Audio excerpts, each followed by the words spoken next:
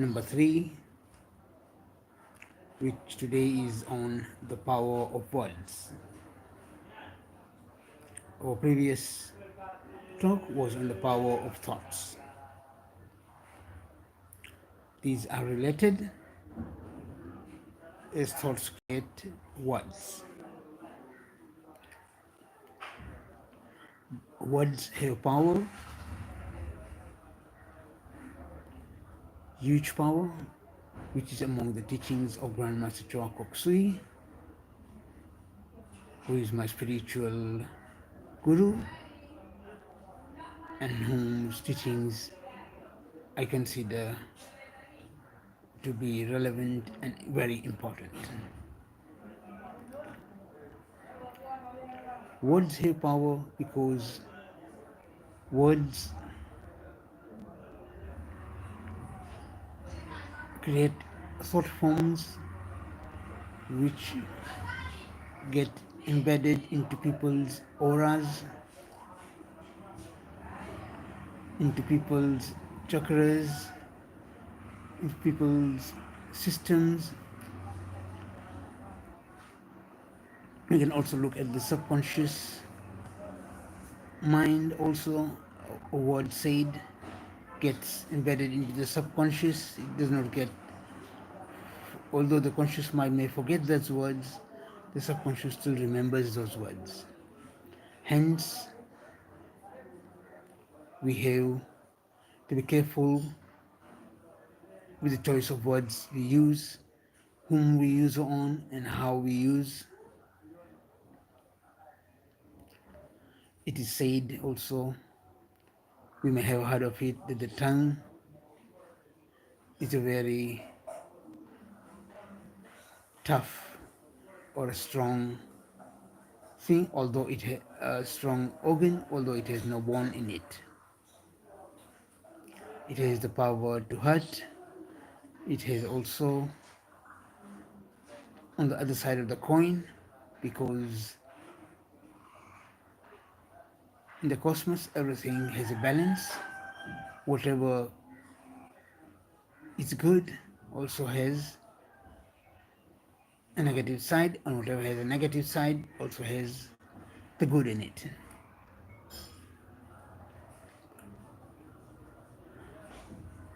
Words have the power to hurt, it also has the power to heal. So let us be conscious that the words we choose to use, especially on our loved ones, are those which heal, which uplift. Words can be spoken, words can be written.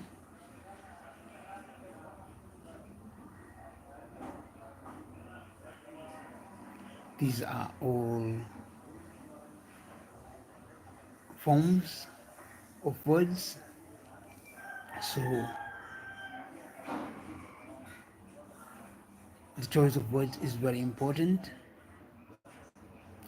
It can also be used in the positive sense, in that the positive words uplift a person.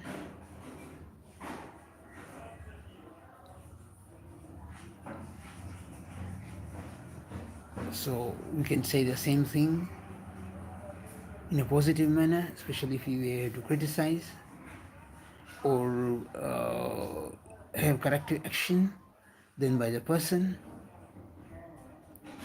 especially a child, because a child in his formative years listens to words of the parents, the family members, so the wrong words could get embedded into the chakras, the subconscious mind, into the aura,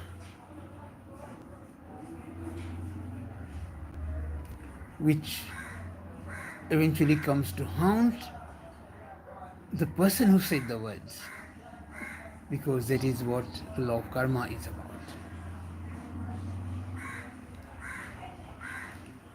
So instead of saying,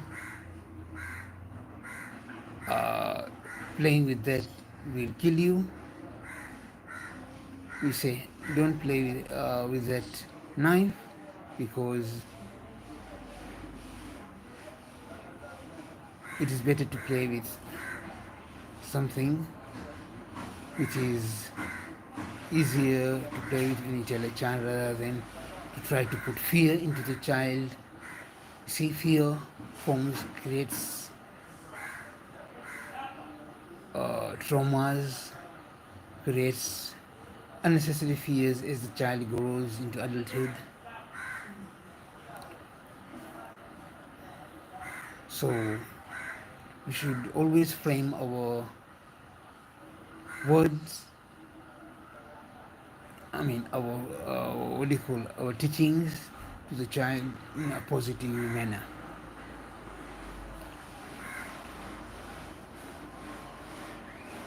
Even we like sometimes like even we are in anger, we should control our anger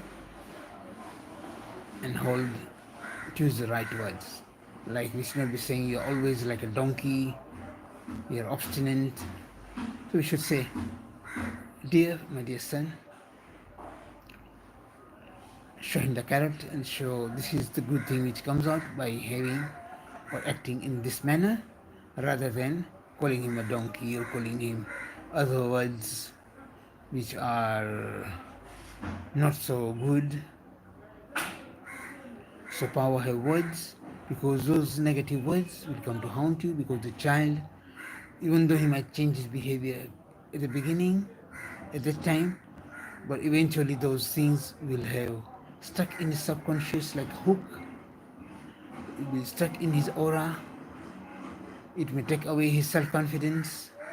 And then you say the child is useless.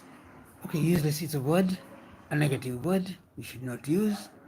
We should say be useful, rather than my son, be useful and do this,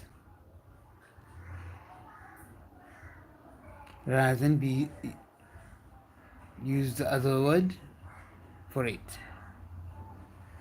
So words have power, and the words have power to change a person's life, because it leads to action, action leads to habits, habits leads to character, character leads to destiny. Words can be used in a positive way, like it is said that even water crystals, when we have said loving words to the water crystals are uniform and more good.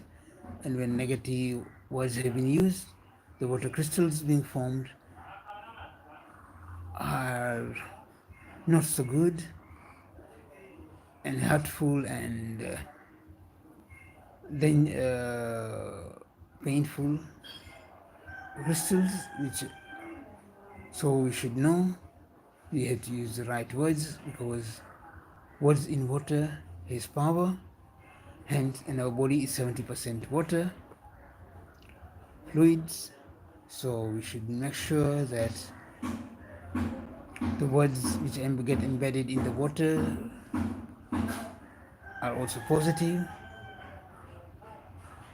We must have seen certain experiments on words being spoken on water, positive and negative, and you see the positive crystals being formed from the water are beautiful, universe, loving.